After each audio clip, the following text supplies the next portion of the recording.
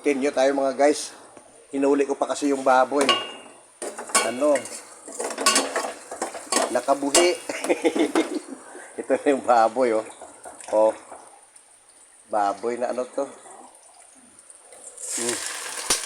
Lagay ko lang, ginisa ko na yung pati baboy. Yung pati yung baboy yung ugali. Igigisa ko. Oh.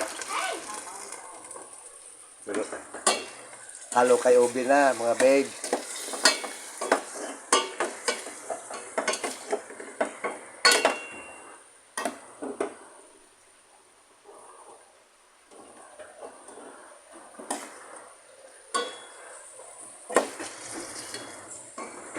Hindi ko na ano hiniwa ng maliit kasi ano malalaki tong hiwa ko kasi ano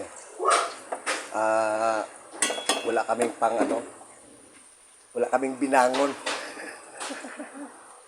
Wala kaming binangon.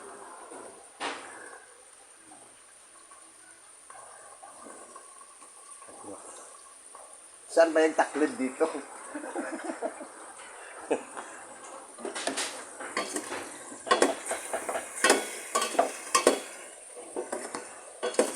Ganito ang gagawin nyo pag gumawa kayo ng putsiro mga guys.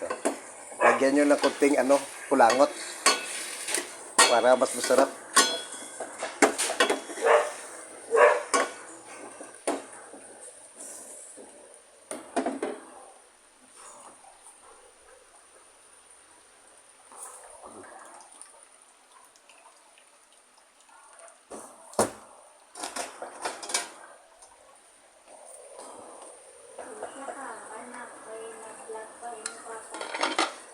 Ano pa po na ako?